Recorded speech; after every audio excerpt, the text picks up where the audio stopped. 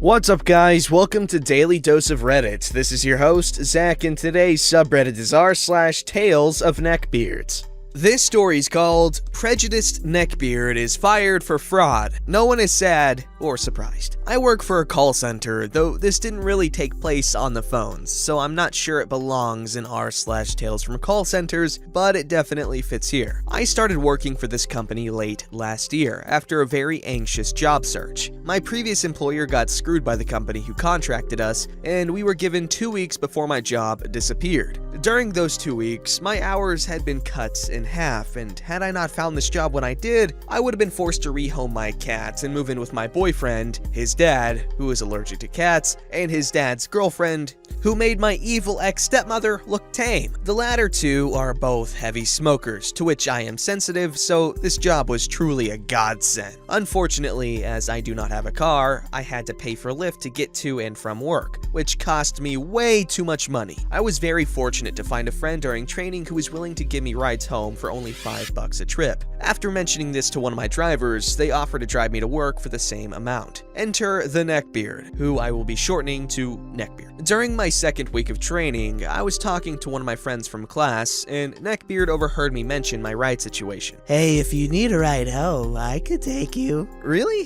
Thanks. Mind if we stop by the store so I can get a little more cash? I can give you $5 then. I'll take you, but don't worry about paying me. I'll drive you for free. Wow, thank you. That would be a huge help with how much it's been costing me. I won't lie, I was really hoping I would find someone I could carpool with, and it seemed my prayers had been answered. Good Lord, was I wrong. While things did go fine for the first few days, I found out just what kind of guy he is that Friday. I had pre-ordered a Nintendo Switch Lite several months ago, non-refundable, I tried, and asked Neckbeard if we could stop by Game Store to pick it up. He said yes, and while I can't remember the entire conversation, I will never forget what he said about transgender people. Warning, the next few sentences contain phrases which are very offensive to LGBTQ+ communities. Such phrases are his words, not mine, and I do not agree with anything he said. These people who say they are one gender but are actually another are such sinners.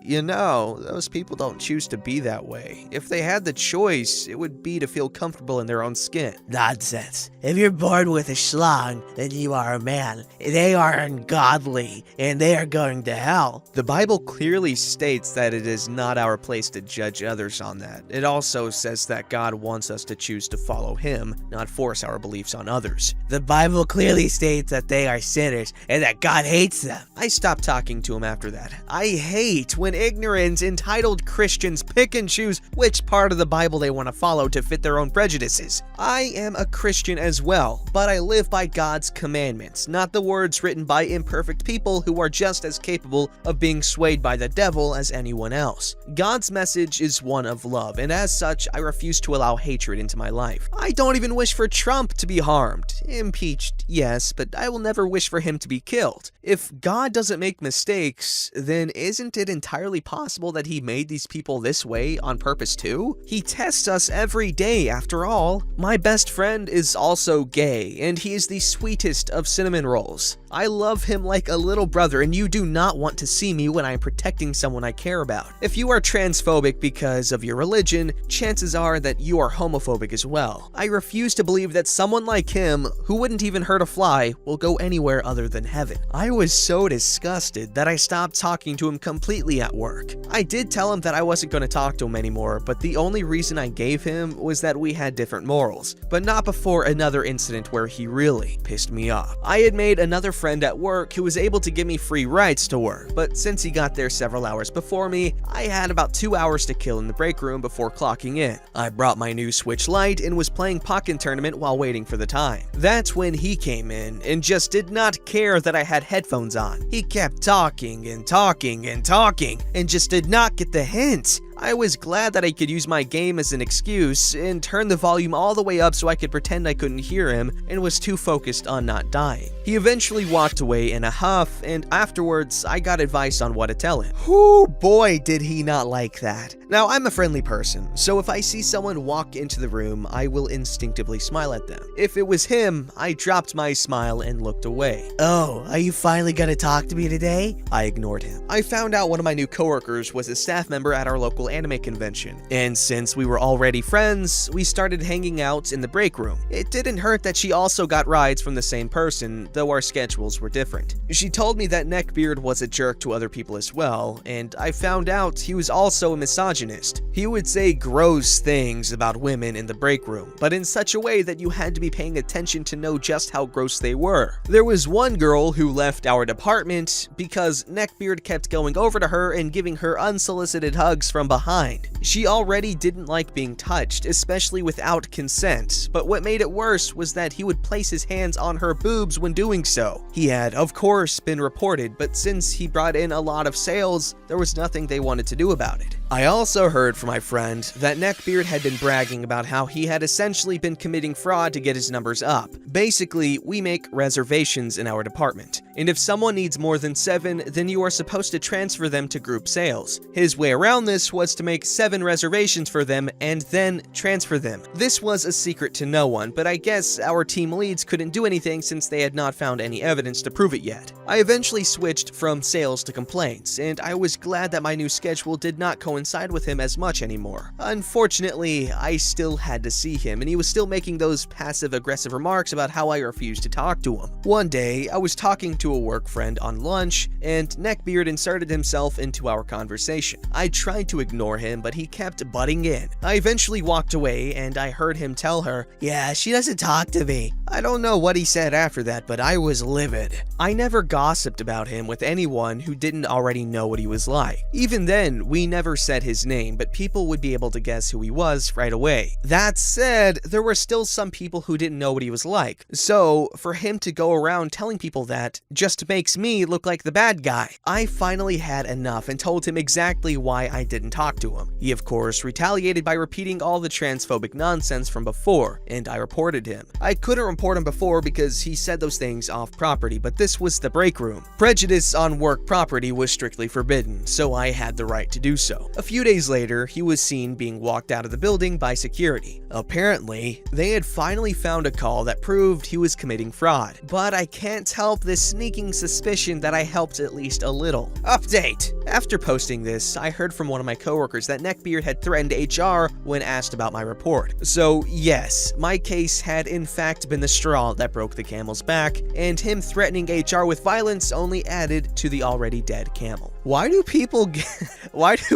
get so worked up about people just doing their own thing? Like, what prompted him to be like, Oh my god, transgenders, man. They're so gross, man.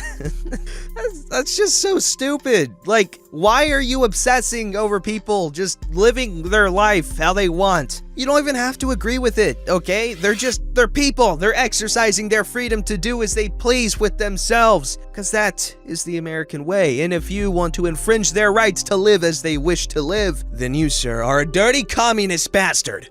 This story's called Tekken Neckbeard. Warning, long-ass story ahead. Hello, I saw the stories on this Reddit and realized that I have a story of a neckbeard I met. It was honestly really strange, since I never saw him as a neckbeard until I ended my friendship with him. Here's the cast. Me, a woman who is working on her social skills, and Tech, a neckbeard who has no filter. So this story takes place around last year in September. I was upgrading my math in order to finally finish and get my high school diploma. The school that I went to for it accepts any students for free as long as you're below 21. We only paid for the textbooks and bus passes, etc. Anyway, this story begins when I was getting to know my classmates. I started talking to my classmates because I highly regretted not socializing with my peers in the past. So I decided to work on myself and gain myself some new friends. It was at least 2 weeks in the semester and I got pretty familiar with certain people there. All of them were interesting, except for this guy. He was interesting in a bad way. We'll call him Tech, shortened from Tekken, the thing he loves the most. Tech didn't look like a typical neckbeard. He was small, just a few inches taller than me. I'm 5'1". He's not overweight, he was rather thin, always wore big clothes, sometimes anime merch, and has black glasses. His hair was shoulder length, never tied, always looked greasy, and he has this thick, full beard. There was always this certain smell that oozed off of him, and it was horrible. Also, I can never forget how his eyes never seemed to blink when you talked to him. So at some point, my teacher asked me to sit by his group just for one lesson. I was eager because this just meant possible new friendships. I approached their table, and I already had knowledge that they were the sort of nerdy type of people. I overheard them talk about Call of Duty and anime before, so I wasn't all too worried about conversation topics. When I took a seat, I introduced myself to the table, got a few laughs, and started working on our math. Eventually, the topic of anime entered the table, and that's when I mentioned casually that I used to be quite a fan of it until I just grew out of it. Then Tech says something like, Not me, I'll stay a weeb forever. which was cool, alright, you do you kind of thing, but he decided to add something along the lines of, Especially hentai. Hentai's great. he went off about hentai and how he watches it all the time, saying how sexy and cute the anime girls are. Being unsettled by it, I decided to change the topic by asking him about the background picture on his phone. It was just in front of us, would turn on once in a while for notifications. For a while, he talked about his passion for the game, then gradually started going off about how hot the girls were in Tekken. I jokingly agreed, which was a mistake, with him, but he started to talk seriously about how big their tits are. The topic changed and we started talking about how we get to school. I mentioned the area I lived in and what buses I use. Turns out he lives in the same area and uses the same buses. He continues with, I see you on the buses all the time, but you don't see me. And it gave me the biggest freaking chills. I always brushed off the way we met as a bad first impression. We've all been there, so I tried not to make judgment on it and let it go. Eventually, we started going to the buses together. Every time I spent time with him, it was always an upsetting experience in different ways. He never stops talking about Tekken. It's as if he lives for it. When he talks about his Twitch streaming, it's about Tekken. What he does after school, Tekken. Where he talks to people, in Tekken Amino. I always try to ask him what other hobbies he had, and he doesn't really have an answer. I suggest him a few things he might like, and he doesn't really care for them. It was sad whenever we talk about what we do for the weekend, and he'd always answer with, Play Tekken all the day. I forgot to mention, he has a very big ego. I always assumed it was because of Tekken, especially Twitch streaming, assuming he was telling the truth and he has hundreds of people watching him, and how he believes he's good enough to be a pro player for tournaments. It extends to the people in the Amino chat. How every single guy or girl wanted him, he's pansexual, to be with him, and always complains like, Opie, I have another guy in Amino that wants me. They're so thirsty,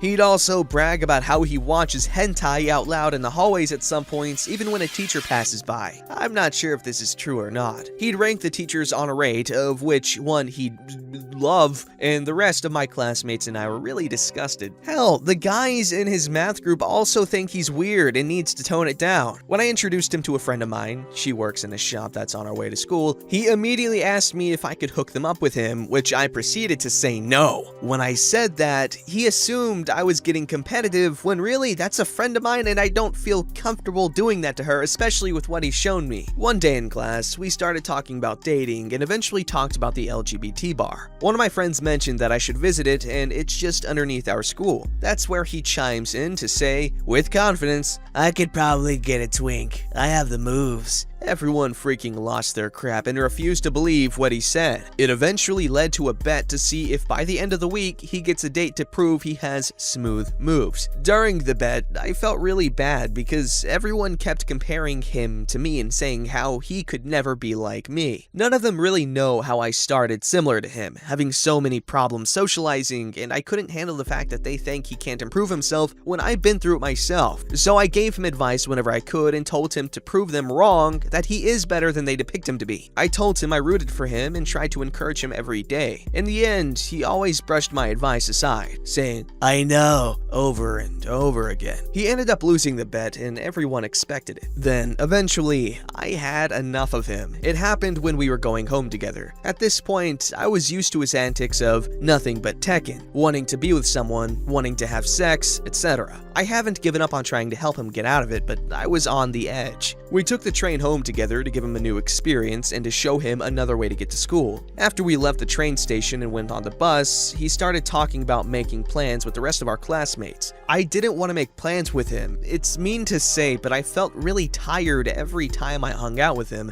as nothing really happens and he talks about the same thing. So I told him that I'll probably be busy working out. I told him about a gym that I go to. He showed interest in working out before, so when he said that he can work out with me, I wasn't surprised. I told him he can't because it's a women's gym. Okay, then I'll just go to the other gyms around it. There are no other gyms around it. I'll wait for you to finish outside then. What the hell? I got really pissed when he just said it without thinking. I blurted out, don't you know why some of us women want to work out in a women's gym? One of the reasons is because of people like that. He kept going and practically ignored my statement. I could also cross-dress and get in if you want. After that, I couldn't take it anymore. I said, that's how you freaking get arrested, and went silent for the rest of the bus ride. The way he didn't seem to have any clue, laughing it off why these kinds of gyms exist, irked me. I texted him through Instagram about ending our friendship and how I hope that he can understand the weight of the things he says, saying something along the lines of how I hope he learns from this. I wished him the best and nothing happened between us after that, thank God. Sorry if it's so long,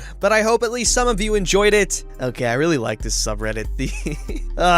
Man, it's weird that these people are real. It's just so bizarre. Don't forget to like, subscribe, and hit that bell to never miss an episode.